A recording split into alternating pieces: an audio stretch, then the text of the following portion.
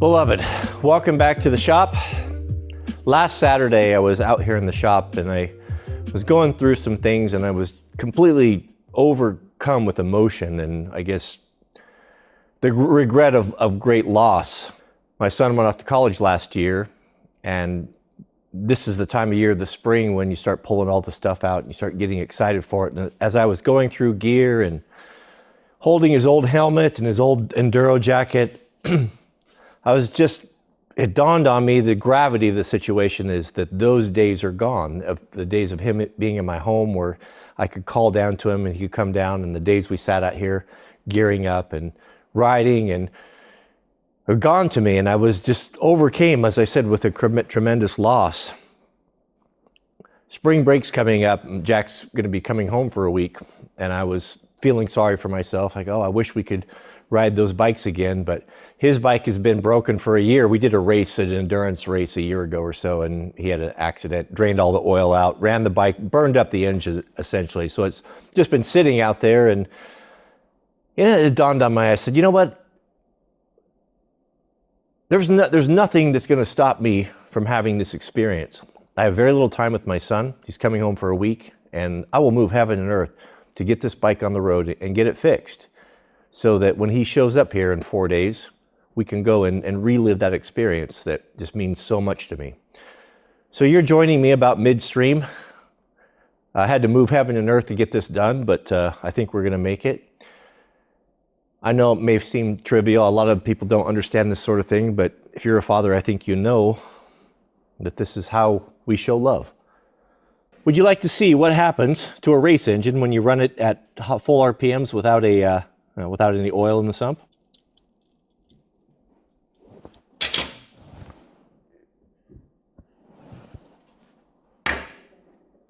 When I first opened it up after the race, I found this. This is a vent.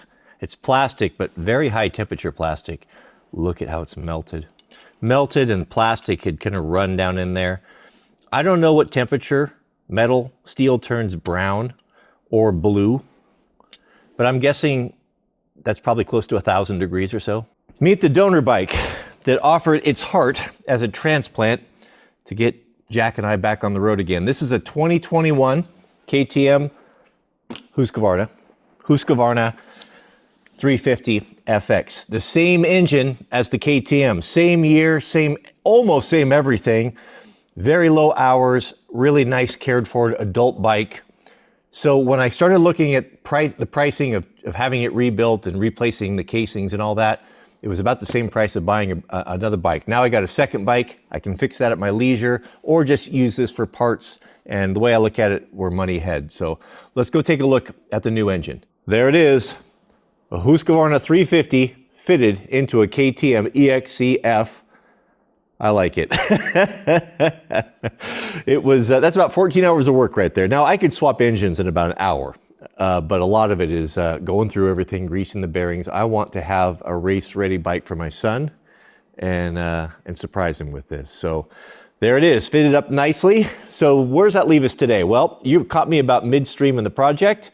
Today, we're working on the drive system. Goodness, gentlemen, if this doesn't give you the fizz, then you are not Dirt Bike Chad. A brand new Renthal chain. Braking and setting up motorcycle chains is a skill that pro hosts should have. And to do that, you need these two tools. When you buy a brand new chain, it's going to come longer than you need so that you can cut it to length. And without this tool or a similar tool, you're going to destroy the chain. Ask me how I know. So it's worth it. Where's this thing go? It's worth it to buy a proper press. This requires tremendous force to get it going.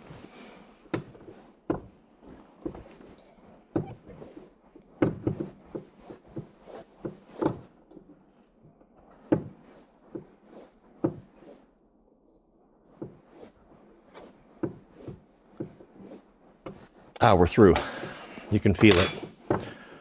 What an absolutely beautifully engineered tool. Motion Pro, they are the snap-on of dirt bike parts.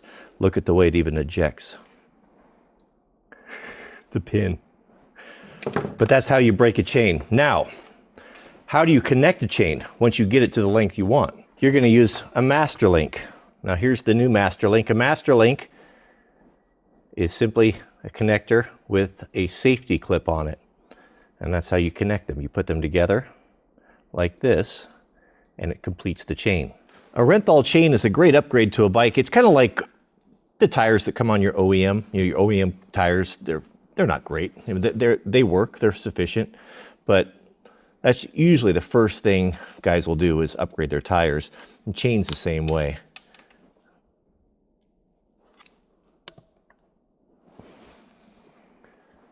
Now the cover, not on this one, but usually these have to be pressed in and pressed out. You can't do them with your fingers. This is the press tool. The top here has a couple nipples.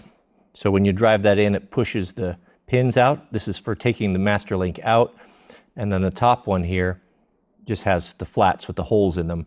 That's for pushing it back in. You can custom make a set of pliers. This is an old motorcycle racer trick where you take a pair of flat nose and you grind one side a little bit shorter like that. And the reason for it is because these are very difficult to get on. So when you're putting your clips on, make sure you orient them this way. The wheel's turning this way. That way, if it comes in contact with something, it's unlikely to push it off and undo your chain. So this is a little pro racer tip. So now that we have those uneven ends, we can grab onto this and simply, well, when it's not all greasy, press it on. With the chain on, we can prep the final drive components here. I've been upgrading a lot of Jack's parts with just spare things I had that I've acquired for over the years. TMD slider. This is much better than stock and will fortify it with this rock guard here. Clean up his existing parts, and also I like to polish up these bolts. This is before and after. I'll show you how I do that, but first off, let's clean all this up first and then we'll get to the polishing.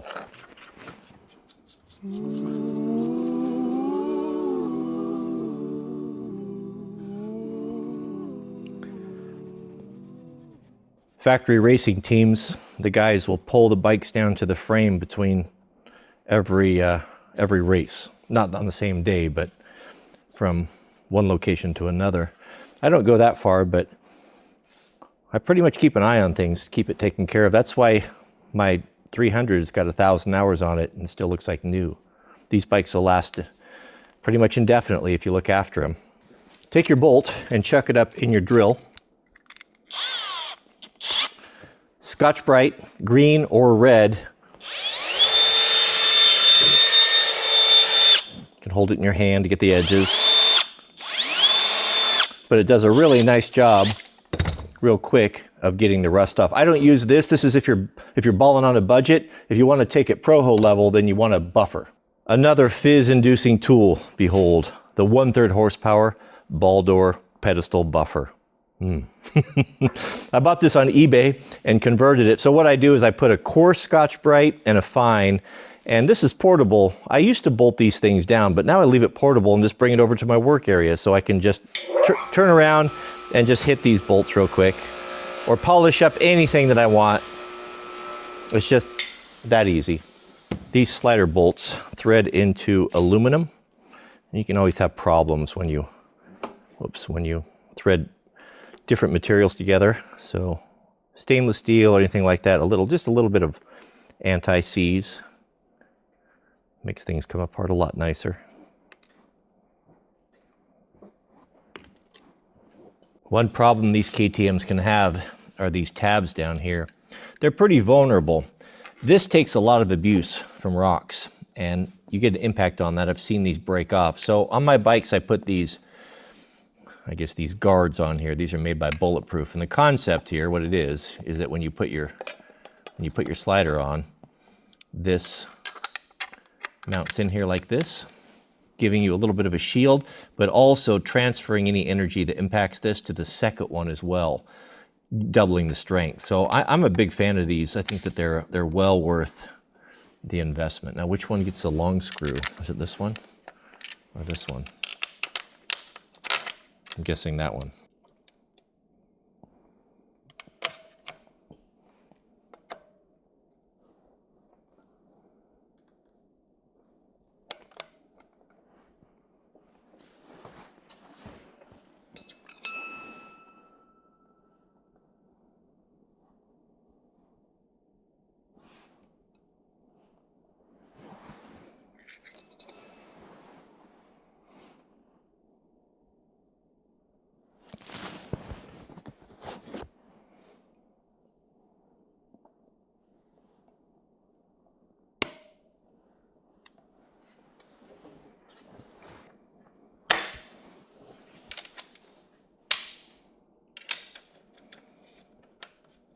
Here's a pro tip.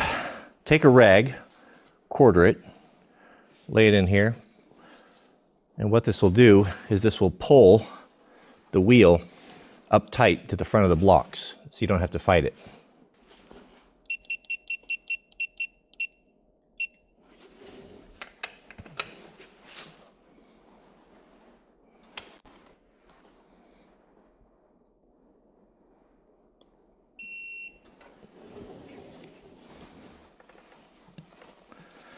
Now we can check for tension.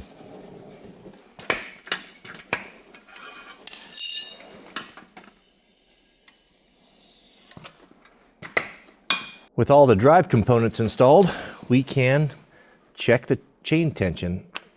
This little tensioner is made by Moto. They 3D print them. These are the best things. When your chain fits tightly into that, that's perfect tension. It's a really easy way to check. Here's a look at that chain gauge up close. 3D printed by our friends over at Moto. I like those guys. But this is a huge time saver right here.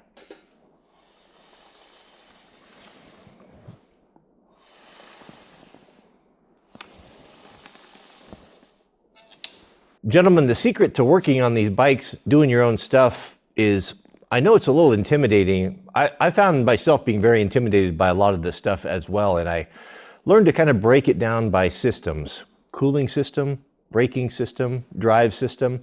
And when you do it that way, really you're not dealing with very many components, and you can kind of tackle it that way. So I like to focus on individual components, get them 100%, super skook them, race ready, and then move on to the next one.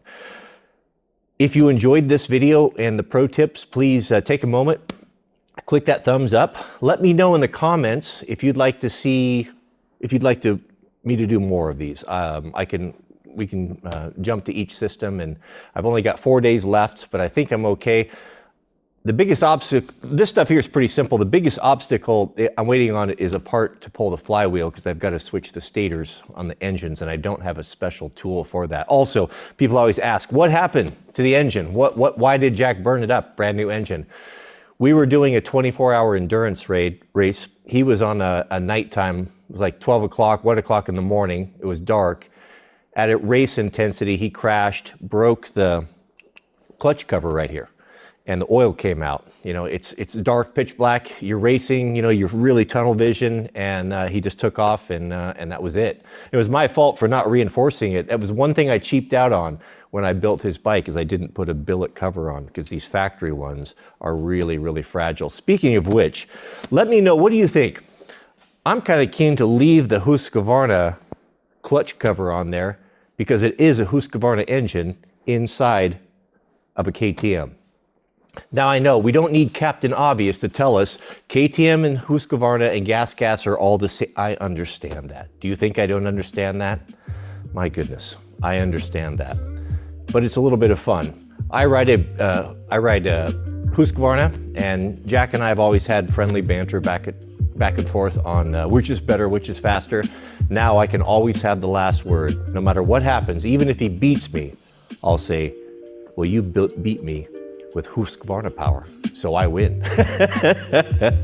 So I'm keen to keep it. Let me know. Do you think I should keep it up or down, or should I put a KTM badge or logo on there?